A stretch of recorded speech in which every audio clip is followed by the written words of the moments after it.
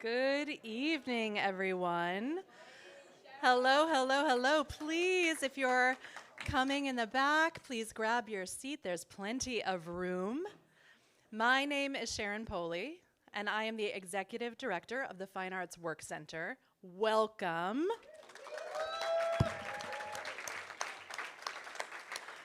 We are thrilled to host the national kickoff celebration for You Are Here, the signature project of U.S. Poet Laureate Ada Limón. Woo! This ambitious initiative is a partnership between the Library of Congress, the National Park Service, and the Poetry Society of America. I am delighted to welcome friends and colleagues from these partners tonight. Thank you for joining us on beautiful Cape Cod. We are so glad you are here. Nearly 2 years ago, I had the privilege of traveling to Washington, D.C. for Ada Limón's inaugural reading as the 24th Poet Laureate consultant to the Library of Congress. What an incredible experience! Sitting there in that sacred space, the largest library in the world, in the heart of our nation's capital, listening to our new Poet Laureate read, I was filled with awe, gratitude, and inspiration. Earlier today, many of us gathered at the Cape Cod National Seashore and the Beach Forest Trail with Ada for the unveiling of the first site-specific poetry installation of this project. This morning, listening to Ada read the words of the beloved Provincetown poet Mary Oliver. I know, give it up for Mary Oliver. Hearing the Cape Cod Superintendent Jennifer Flynn speak about the profound importance of our national parks in inspiring creativity and artistry, I felt that same sense of awe, gratitude, and inspiration that I felt that night at the Library of Congress. And I hope you all will feel it here this evening at the Fine Arts Work Center. For more than 50 years, the Fine Arts Work Center has defined American arts and letters through a simple promise: to give artists and writers a place to live and work together during the early stages of their creative development. Our founders believed in nurturing a creative community here in the unparalleled natural beauty of Cape Cod. Each year, we invite promising emerging artists and writers to live for 7 months in Provincetown for a fellowship program rooted in time, space, and community. These fellows go on to shape our culture in profound ways. Our first cohort of writing fellows included Louise Glick in 1969, who went on to be awarded the Nobel Prize in Literature. This room hosted the very first public reading by Pulitzer Prize-winning writer Jhumpa Lahiri, who was awarded her fellowship in 1997. And 2 decades ago, Ada Limón stepped through these doors. Here, she discovered not just a creative community of fellow artists and writers, but she discovered the community of the natural world that she so brilliantly calls to remind all of us that we are part of. This evening, we gather with Ada to celebrate poetry in the natural world in a beautiful, light-filled reading room named in memory of one of our founders, our nation's poet twice over, Stanley Kunitz. Stanley loved Provincetown, with its vast seascapes, the glorious Cape Light, the air that flows in from the sea, and a community of deeply engaged artists. During his life, and together with friends like Mary Oliver, he cultivated his garden on Commercial Street and countless poets and artists along with it. During her historic term as Poet Laureate, Ada unveiled a new poem in partnership with NASA that will journey aboard the Europa spacecraft to another world. This poem is entitled In Praise of Mystery and reads in part, "From Earth we read the sky as if it is an unerring book of the universe, expert and evident.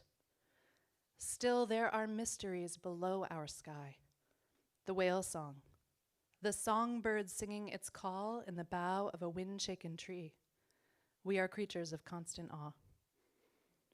Ada, I like to imagine what Stanley, a poet so grounded on earth, who once wrote that he could hear the deep pulsing of the universe from his Provincetown garden, would make of you carrying a whale song to another world.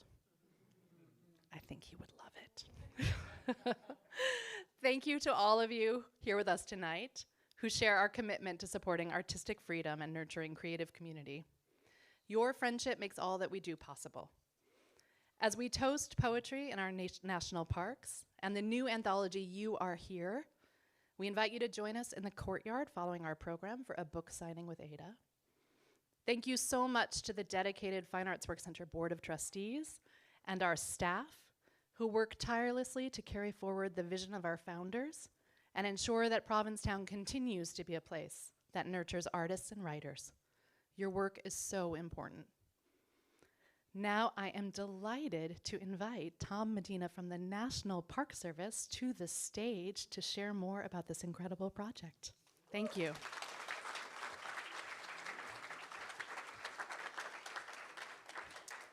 Welcome, everyone. We are thrilled to be here, so many of us from the National Park Service, and great to meet you and great to be at Cape Cod National Seashore. It's hard to believe that we kicked this off 2 years ago. Who would have thought that it would take two government agencies 2 years to create art? But yet, actually, that's pretty fast. That's not bad, right? And that's because of the spirit and the collaboration. And we thought, how hard can it be? It's picnic tables. Well, turns out it's challenging, isn't it? And but here we are. We have done it. And I am Tom Medina, the Associate Director for Interpretation, Education, and Volunteers for the National Park Service. And like interpretation, poetry is much about speed, cadence, and volume. And that's kind of what this project has been all about. Artists have been part of the national park fabric since the very first parks were set aside. Some of the names you might be familiar with, like Watkins, Bierstadt, Moran, Jackson, and even more recently, Ansel Adams, gave many Americans their first glimpse into spectacular Western landscapes that they couldn't travel to see with their own eyes. Artists helped us as a country understand what might be grand enough to preserve for all of us, everyone around the world. Today, again, we celebrate the power of art through poetry to further illuminate the beauty, the inspiration of our national parks and protected places. Today, we add names like Limón, Oliver, Ammons, Valentine, Clifton, Jordan, Alarcon, Zepeda to the tapestry of artwork in our national parks. You Are Here, Poetry in Parks is the first partnership between the National Park Service, Library of Congress, the U.S. Poet Laureate, and the Poetry Society of America. And it models how effective intergovernment and public-to-private partnerships can take us to new heights. Although not quite like the NASA Europa project. 1.8 billion miles, really? Like, what does that feel like? First poet to travel 1.8 billion miles. It's pretty remarkable. And yet, Poetry in Parks is going to touch some of our most precious places right here on our own planet, starting right here today in Cape Cod National Seashore. Yes, yes.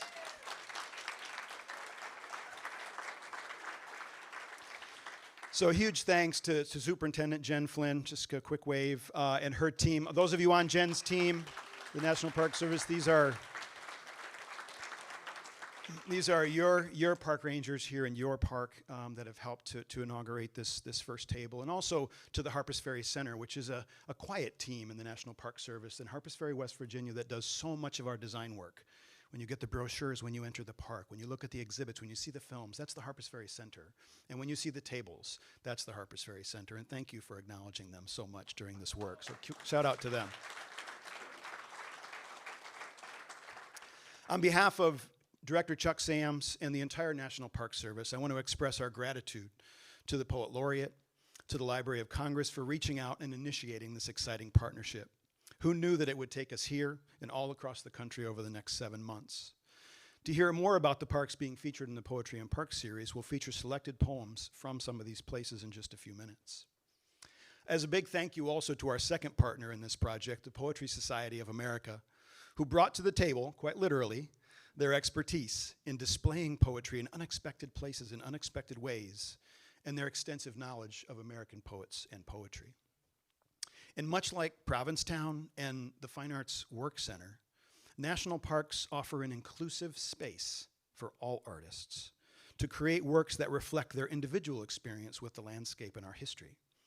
Poetry has a particular ability to transcend time and space and lead us deeper into an awareness of the rich and diverse landscapes and stories of our nation. And they also create a sense of belonging, of empathy and understanding, and how much more of that do we need in our society? Yeah, we do, every day. Through Poetry in Parks Project, thousands of visitors now, perhaps simply planning to have a picnic, will unexpectedly be delightfully immersed in the artistic beauty of our world around them for years and years to come because of this project, because of Ada Limón, because of this partnership, and because of all of you. Thank you.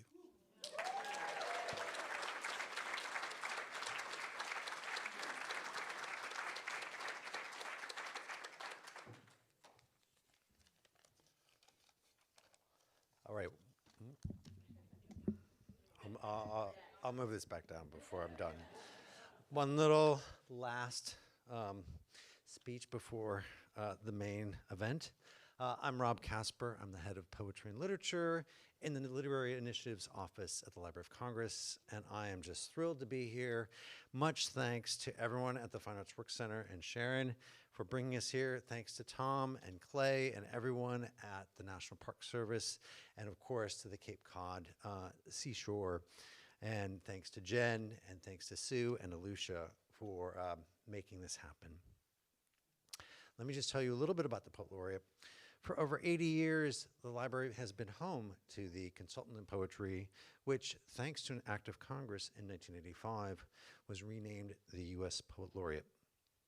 To learn more about the position and former consultants, Poets Laureate such as Gwendolyn Brooks, Robert Frost, the aforementioned Stanley Kunitz, and of course Louise Glick, who won a Nobel, but she really was the Poet Laureate,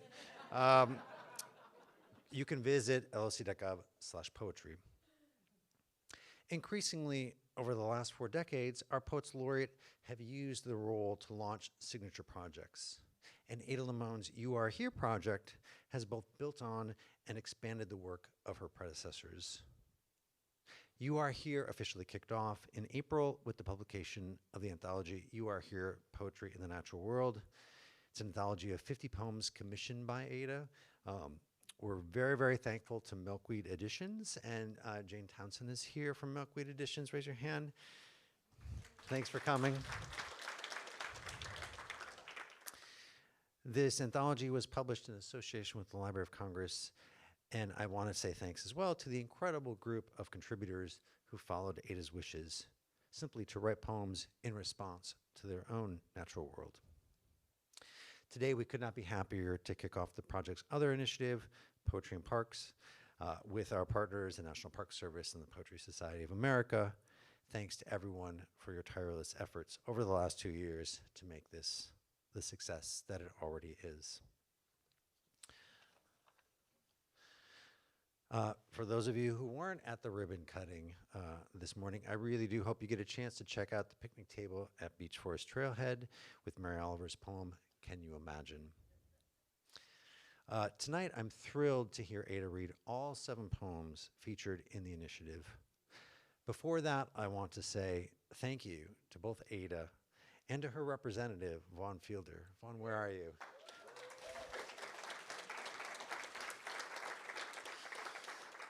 Vaughn and I have a joke. I say, Vaughn is the non-federal Rob Casper, and Vaughn says, I'm the non-federal Rob Casper. I kind of screwed that up, but you know what I mean. Thank you both from the bottom of my heart for dreaming and believing, for fully committing and working through all the endless details, and there are still more to come, and for promoting poetry in ways that will inspire generations to come. Please join me in welcoming our 24th U.S. Poet Laureate, Ada Limón.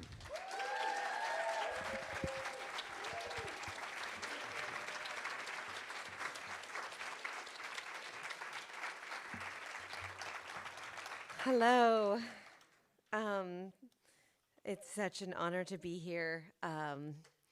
It feels like, seeds were planted many years ago, and some of which I didn't even know. And here we are again. I wanted to mention that everyone who has been working on this project, I literally had this idea. We had this idea together, and it has been 2 years, and I mean 2 years of Zooms. I really do. I mean, we have weekly meetings, and when I tell you there are 100 people, each representing the different parks, thinking about how the picnic table we have to make sure it's accessible so that someone in a wheelchair can wheel up and be exactly part of the conversation at the same height, right? And all of those things are in consideration every time we sit down. It is so beautiful. And I know that I have been having some dark times, as many of us have. And I will log into those Zooms, sometimes very sad that I have to be on a Zoom call. And I leave, and I'm like, and Vaughn will tell you this. I'll be like, oh, I know, and I've just got out of the shower, and I have to Zoom, and Vaughn, and then I'm like, this is gonna be amazing. Like, we're bringing poetry to the people. Like, it completely changes everything, and you start to realize, oh, that is the power of community, right? Like, I can feel so isolated, and I'm doing this thing, and then you're like, this isn't my project. Like, this project wanted to exist. I am a steward of it. And so in that vein, I just want to read the poems that are going to be in the parks. And I'm going to start with where we go next week. We're going to Redwood National and State Parks. And the Redwoods have always been really important to me because am I starting? I'm starting with, never mind, I'm not starting with that one.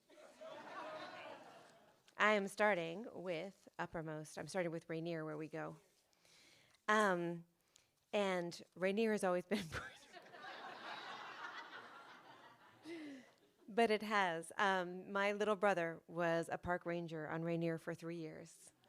And it's one of the reasons I chose the park. I also went to the University of Washington, where I studied poetry with the most amazing woman named Colleen McElroy, who is an incredible poet that really changed my life. She pulled me aside and said, you should go and study poetry. And I went to graduate school because of her. And so we chose this poem by A.R. Ammons for Mount Rainier National Park. Uppermost. The top grain on the peak weighs next to nothing, and sustained by a mountain has no burden, but nearly ready to float, exposed to summit wind, it endures the rigors of having no further figure to complete, and a blank sky to guide its dreaming.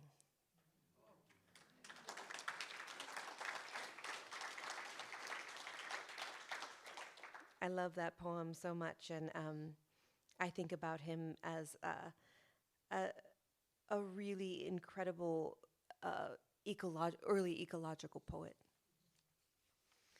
And then, and now we go to the Redwoods. And I have to tell you, when I thought about the Redwoods, there are so many beautiful poems about trees. And if I ever go on a tangent, it's about trees. Almost always. What tree is that? Everyone's like, focus, over here. And when I was from 15 on and off to 21, I worked at the independent bookstore in my small town called Reader's Books in Sonoma, California. It is still there. You can visit it anytime. And they had a poetry festival there. And I met Francisco X. Arlacon. And I was 15 years old. And he wrote in Spanish and in Nahuatl. And it was the first time I had seen the indigenous language, Nahuatl. and which is one of the many indigenous languages of Mexico. And I was so moved by his work and by him. And he passed away a couple years ago, and I found the book that he had signed for me, and it is such a beautiful inscription about dreaming and entering this world of poetry. And so it feels like not only is it beautiful to bring his words to the Redwoods, but also to represent California as Aslan. And I feel like he would be very proud to be in there. So this is Never Alone. Always this caressing wind, this earth whispering to our feet, this boundless desire of being, grass, tree, corazón.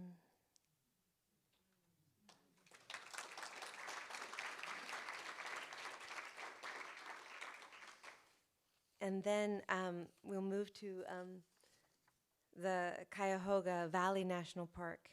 And this is another dear poet and poem that I've always loved. And my very first book, 2 poems I think I wrote here at the Fine Arts Work Center, was chosen by Jean Valentine. And I don't think I would have had a book out, and maybe not even any of the books that I've ever written, without her choosing me in that moment. And I remember I met her, and I said, "Oh, I'm Ada Limón, and you chose my first book, Lucky Wreck." And she looked at me, and she sort of pulled up her spectacles, and she said, "Huh, I thought you were a 60-year-old woman living in New Mexico." And I was like, "Huh, well, I'm not. But I'm really glad you chose my work." And she edited that book so beautifully, made suggestions, and so it just feels beautiful to honor her in this way. The valley, edge by edge, bare field by field, I walked through it, through you, rain by rain, cold by cold, root, absence, and the purposeful cold. I opened, slow. But what is slow?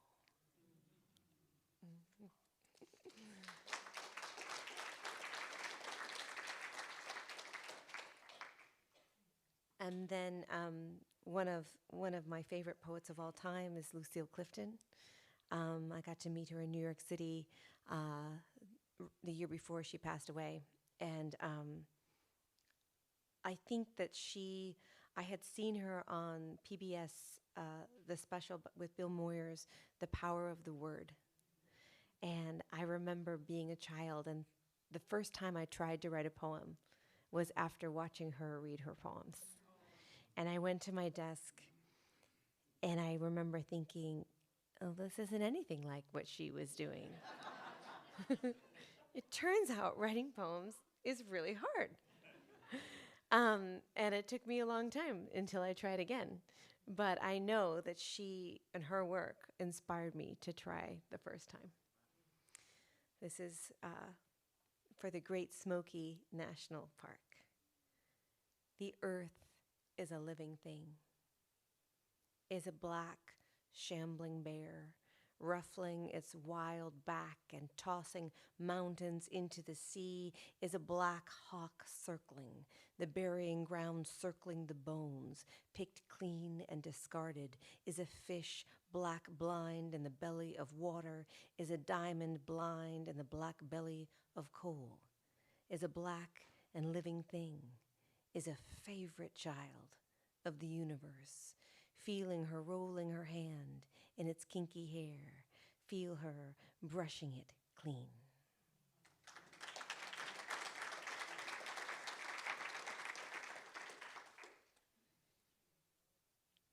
And then one of probably our country's most politically minded and activist poet, June Jordan, wrote this poem, and there are marsh hawks in the Everglades, and it felt like the perfect poem for this place. I've always loved her work, and it's also a poem that deals with time and space in a different way. So this is Ecology. When I came back after a few days away, my return terrified a huge marsh hawk. His new nest next to my front door. Twice that happened. He explodes with a powerful shuffling of feathers aimed in a 45-degree angle that leads to the sky above the sea. If I go away again, big as he is, I wonder which one of us will be the more surprised.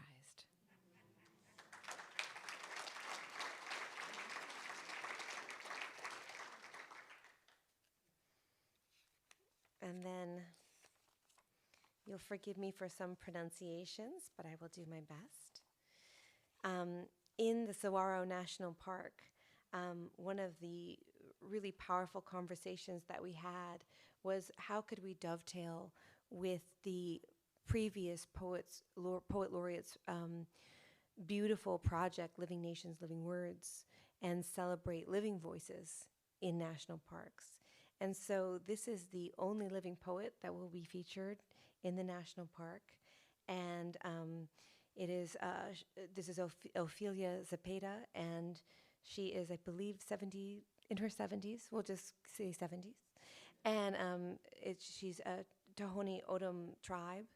And when we actually do the visit to Saguaro, the program will be primarily honoring her and her words. And this is the poem. Cloud Song by Ophelia Zepeda.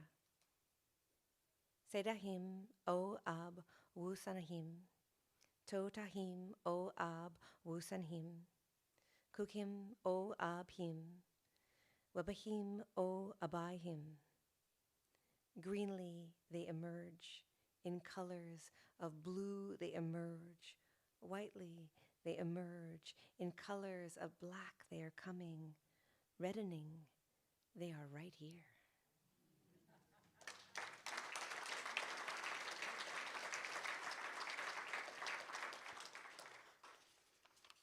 And then the last poem I'll read. And I just wanted to say the Library of Congress just received all of Mary Oliver's letters and papers, which is such an incredible thing. And you get to see a lot of Provincetown in these letters everywhere. And the curator who worked tirelessly on making this happen gave me something today. I'm going to find it, which is really incredible, which was in her letters, she had some torn out pages. And one of them is a poem of mine from the Cape Cod Voice that I wrote when I was here at the Fine Arts Work Center. And there's a picture of me, and that the fact that she even had this, and I'm going to try not to tear up, but the curator brought this to me, and it's just really stunning to think about when I said seeds were planted, right? Some that you don't even know. So I'll close with this one and just say, Mary Oliver is one of our nation's most beloved poets, but I also think it was very important to celebrate a queer poet in Provincetown. And one of the many meetings that we've had over the years in the Fine Arts Work Center was, how can we make the Fine Arts Work Center gay again? Yes. And so I felt like I needed to not only celebrate her and her love of this place, but also her love. Can you imagine? Can you imagine, for example, what the trees do, not only in lightning storms or the watery dark of a summer night, or under the white nets of winter, but now, and now, and now, whenever we're not looking. Surely you can't imagine they just stand there, looking the way they look when we're looking. Surely you can't imagine they don't dance from the root up, wishing to travel a little, not cramped so much as wanting a better view or more sun, or just as avidly more shade. Surely you can't imagine they just stand there, loving every minute of it, the birds or the emptiness, the dark rings of the years slowly and without a sound thickening, and nothing different unless the wind, and then only in its own mood comes to visit. Surely you can't imagine patience and happiness like that. Thank you. Thank you so much. Thank you.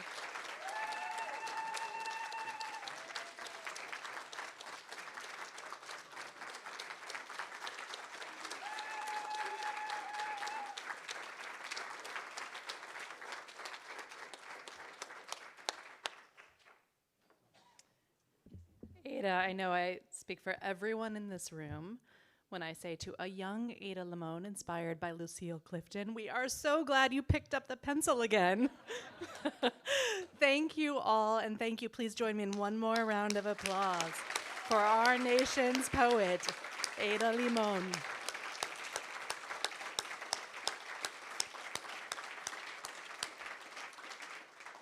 Ada has generously agreed to sign books. There are copies available for purchase at the back, and the signing will be out on the courtyard. Thank you again to Ada and the project partners who have worked so hard for 2 years to bring this incredible project to life.